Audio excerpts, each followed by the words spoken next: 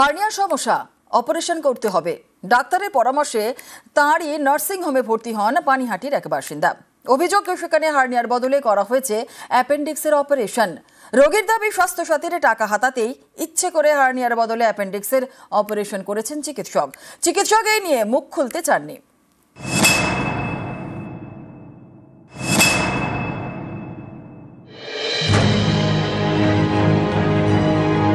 রোগী বিশ্বজিৎ দাস, চিকিৎসকও বিশ্বজিৎ দাস।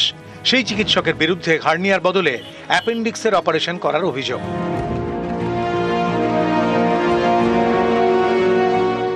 উত্তর 24 পরগনার পানিহাটির 1 নম্বর দেশবন্ধুনগর। এখানকার বাসিন্দা বিশ্বজিৎ দাস রং মিস্ত্রির কাজ করেন। বেশ কয়েকদিন ধরে হার্নিয়ার সমস্যায় ভুগছেন। সম্প্রতি তিনি পানিহাটি হাসপাতালে যান। সেখানে তাকে দেখেন চিকিৎসক বিশ্বজিৎ দাস। সরকারি হাসপাতালের চিকিৎসক, কিন্তু তার নাকি পানিহাটিতেই নার্সিংহোম রয়েছে। অপারেশনের জন্য সেই নার্সিংহোমে ভর্তির পরামর্শ দেন চিকিৎসক বিশ্বজিৎ দাস। রোগীর দাবি, তিনি স্বাস্থ্যসাথী কার্ডে অপারেশনের জন্য চিকিৎসককে বলেন, তাতে রাজি হন চিকিৎসক। সেই মতো অপারেশনও হয়। রোগী বিশ্বজিতের দাবি, অপারেশন হয়েছিল ঠিকই, কিন্তু হার্নিয়ার বদলে অ্যাপেন্ডিক্সের। অপারেশনের পরেও হার্নিয়ার ব্যথা না কমায় সন্দেহ হয় বিশ্বজিতের। তখন তিনি আল্ট্রাসোনোগ্রাফি করান। সেখানেই ধরা পড়েছে হার্নিয়ার সমস্যা আগের মতোই রয়েছে। বিশ্বজিতের দাবি, স্বাস্থ্যসাথী কার্ডে হার্নিয়ার অপারেশন হয় না, তাই ইচ্ছে করেই হার্নিয়ার বদলে অ্যাপেন্ডিক্সের অপারেশন করেছেন ডাক্তার। ডক্টর বিশ্বজিৎ দাস আমাকে নার্সিংহোমে নিয়ে যায় স্বাস্থ্যসাথীর টিকে হবে বলে, কিন্তু আমার সেই হার্নিয়াটা অপারেশন হয়নি। আমার যে জায়গাটা হার্নিয়া বসে আছে সেই জায়গাটা উঁচু উঁচু লাগছে, ব্যথা হচ্ছে, যন্ত্রণা হচ্ছে।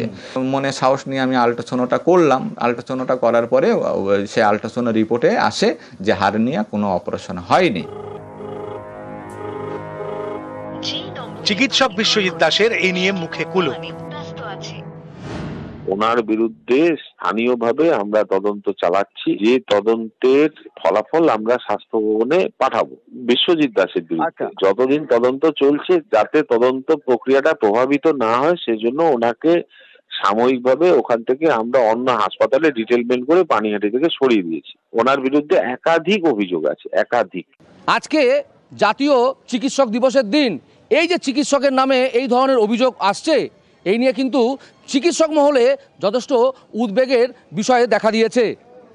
পানিহাটি হাসপাতাল থেকে সুবীর দে, নিউজ 18 বাংলা। আসি পরবর্তী খবরে। ইলিশে কাটা নিম্নচাপ, উত্তাল সমুদ্রে নামানো যাচ্ছে না ট্রলার। ভরা মৌসুমে তাই ইলিশে ভাটা।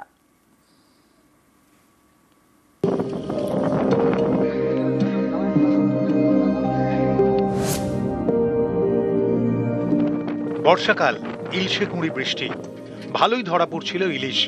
কিন্তু এরই মাঝে কাঁটা হয়ে হাজির নিম্নচাপ, তাই ইলিশ ধরায় ভাটা।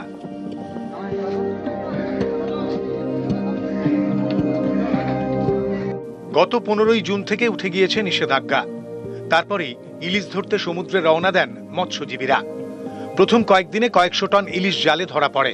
তারপর থেকেই নিম্নচাপের জেরে খামখেয়ালি আবহাওয়া, উত্তাল সমুদ্র, ট্রলার নামানোই যাচ্ছে না। আগামী বুধবার পর্যন্ত মৎস্যজীবীদের সমুদ্রে যেতে বারণ করা হয়েছে। এর জেরে ইলিশে ভাটা। অধিকাংশ দিন হচ্ছে ওয়েদার খারাপ, ওয়ার্নিং আসছে আবহাওয়া দপ্তর থেকে, এবং সমুদ্রও খুব উত্তাল। সেখানে কিন্তু আমাদের সমুদ্রে আমাদের ফিশারম্যানরা ঠিকমতো মাছও ধরতে যেতে পারেনি। সে কারণে কিন্তু এই ঘাটতিটা পূরণ করা সম্ভব হচ্ছে না। আমাদের ফিশারম্যানদের বহুত ক্ষতি হচ্ছে। 15ই এপ্রিল থেকে 14ই জুন এই 60 দিন ইলিশ ধরার ওপর নিষেধাজ্ঞা থাকে। সেই নিষেধাজ্ঞা উঠতেই সমুদ্রে যায় ট্রলার। গত 15ই জুন থেকে 1000-এর বেশি ট্রলার সমুদ্রে নামে। ইলশে গুড়ি বৃষ্টিতে ইলিশও ভালোই ধরা পড়ছিল, কিন্তু হঠাৎ নিম্নচাপ, আবহাওয়া খামখেয়ালি, এর জেরে ইলিশে ভাটা। এখন যে ওয়েদারের যে অবস্থা, এই বাতাসের জন্য প্রচুর লস। মানে এরা 2-3 দিন করে এখন মাছের কোনো ইলিশ মাছের কোনো ইয়ে নেই, মাছ পাচ্ছি না। এখন প্রতি টিপে লস হয়ে যাচ্ছে। এখন মাছ হবে কিনা তাও বলতে পারছি না। কাকদ্বীপ থেকে বিশ্বজিৎ হালদার, নিউজ 18 বাংলা। 35টা বছর নেহাত কম নয়। এত বছরে চা বাগানটাই হয়ে গিয়েছিল পরিবার। এবার অবসর, ফেয়ারওয়েল দিলেন চা বাগানের কর্মীরা।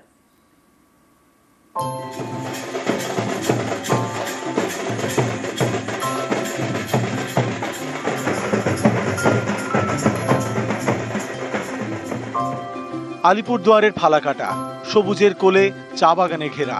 এখানেই এথেলবাড়ি চা বাগান। সেখানে মঙ্গলবার উৎসবের মেজাজ। বাজলো বাদ্যি, উড়ল আবির। বিমল ওরাও, বয়স 60, ফালাকাটার বাসিন্দা। এথেলবাড়ি চা বাগানে প্রায় 35 বছর কাজ করেছেন। তিনি জানেন 2 পাতা একটি কড়ির কাহিনী। চা বাগানের এই কর্মীর কাছে চা বাগানের লোকজনই হয়ে উঠেছিল পরিবার। মঙ্গলবার তার কর্মজীবনের শেষ দিন। এবার ঘর ছাড়ার পালা, অবসরের শুরু। তাই চা বাগানের তরফে দেওয়া হলো फेयरवेल।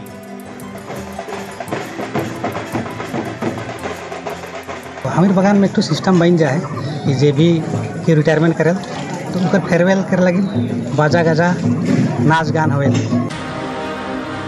কোথাও চা বাগান বন্ধ হয়ে যাচ্ছে, কোথাও বেতন নিয়ে ক্ষোভ, কোথাও আবার পিএফ নিয়ে অভিযোগ। এরই মাঝে ফালাকাটার চা বাগানের অন্যরকম ছবি। 35 বছর কাজের পর অবসর, তাই জমিয়ে ফেয়ারওয়েল উৎসবের মেজাজে। তার মধ্যেই যেন মন খারাপের শিরশিরানি। मुझे बहुत दुख लगा संग संग रही के हम मेरा ये आदत रहे खा तो इसलिए मुझे अच्छा नहीं लगा नहीं क्या करूँ मैं। আলিপুরদুয়ার থেকে রাজকুমার কর্মকার, নিউজ 18 বাংলা। একই পরিবারে 3 জনের নামে বাংলার বাড়ি প্রকল্পের টাকা। তৃণমূলের পঞ্চায়েত সদস্য এবং তার স্ত্রী ছেলের অ্যাকাউন্টে ঢুকেছে প্রথম কিস্তির টাকা। 60,000 টাকা করে মোট 1,80,000 টাকা। রাজ্য সরকারের এই টাকায় তৈরি করা হচ্ছে দোতলা বাড়ি। আর এ নিয়ে উত্তর 24 পরগনার হারোয়ার গ্রামে জোর শোরগোল। পদক্ষেপের আশ্বাস দিয়েছেন বিডিও।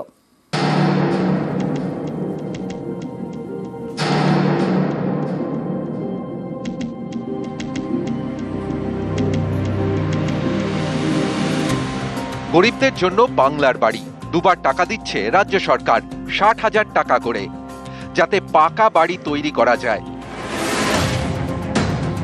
কিন্তু হারোয়ার গ্রামে অন্য গল্প। এখানে বাংলার বাড়ির টাকা পেয়েছেন একই পরিবারের 3 জন, পঞ্চায়েতের সদস্য, তার স্ত্রী এবং ছেলে। উত্তর 24 পরগনার হারোয়া। এখানকার চাপাতলা গ্রাম পঞ্চায়েতের তৃণমূল সদস্য লুৎফর রহমান মণ্ডল। স্ত্রী এবং ছেলেকে নিয়ে সংসার। বাড়ি বলতেই ইটের দেওয়াল, টিনের ছাউনি। 3 জনই বাংলার বাড়ি প্রকল্পে আবেদন করেন। 3 জনেরই তালিকায় নাম ওঠে।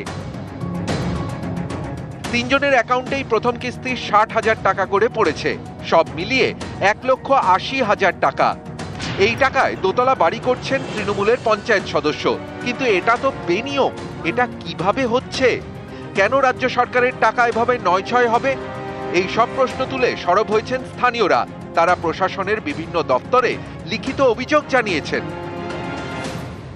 আমফান ঝড়ে আমার ঘর পুরো পড়ে গেল, আমি টাকা পাইনি। পরবর্তীকালে ঘরের জন্য আবেদন করেছিলেন? মেম্বারের কাছে করেছি, ঘর দেবো, এইভাবে আমাদের সান্ত্বনাতে রেখে দেয়। বাংলা আবাসের জন্য ঘরের টাকা এসছে, আপনারা পেয়েছেন? না, পাইনি। মেম্বারের 2 ছেলে পেয়েছে, মেম্বার ওয়াইফ পেয়েছে, মেম্বার পেয়েছে। তারা কি পাওয়ার যোগ্য? না, কোটিপতি তারাই সব পেয়েছে। আপনারা আবেদন করেছেন ঘরের জন্য? হ্যাঁ করেছি, মেম্বার বলে ঘর দেবো, এই পর্যন্ত আমাদের কিচ্ছু দেয়নি। মেম্বারের আনাগোনা যা আছে তারাই পেয়েছে, পরিবারের লোক। হ্যাঁ ওরাই পেয়েছে, আমরা কিচ্ছু পাইনি। তারপর এত বড় আমফান ঝড়ে কত গম চাল এসে হামাদামায় কোথায় রেখে বেচে কিনে সব আত্মসাৎ করেছে, আমাদের কিচ্ছু দেয়নি।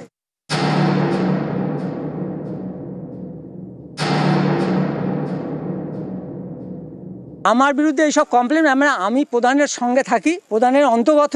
আমাদের এই গোষ্ঠীতন্ত্রে আমার কিভাবে কি করা যাবে এই ষড়যন্ত্র চলছে। স্বামী স্ত্রী কি করে পেলেন? না, স্বামী স্ত্রী কি করে পেলেন এটা তো আমরা বলতে পারিনি। তাও আমার বিডিওর সঙ্গে কথা হয়েছে, রিটার্ন দিয়ে দেবো, 100 বার দিয়ে দেবো। হ্যাঁ, ওই লুৎফর রহমান এবং ওনার মিসেস আর ছেলের নামে ঘর এসেছিল। তো এমনিতে ওনারা ইনকোয়ারিতে এলিজিবল হয়েছিলেন। পরে দেখা গেছিল যে ওনার ছেলে আলাদা থাকে, তো ছেলে বাড়ি পাওয়ার যোগ্য আছে। আর যেহেতু হাজবেন্ড ওয়াইফ দুজনের নাম ছিল, 2 জন টাকা পেয়েছিলেন, আর 2 জন টাকা পেতে পারেন না, সেই জন্য 1 জন টাকা ফেরত দিয়ে দিয়েছেন। লুৎফর রহমান উনি টাকা ফেরত দিয়ে দিয়েছেন, ঘরের টাকা। হারোয়া থেকে জিয়াউল আলম, নিউজ 18 বাংলা।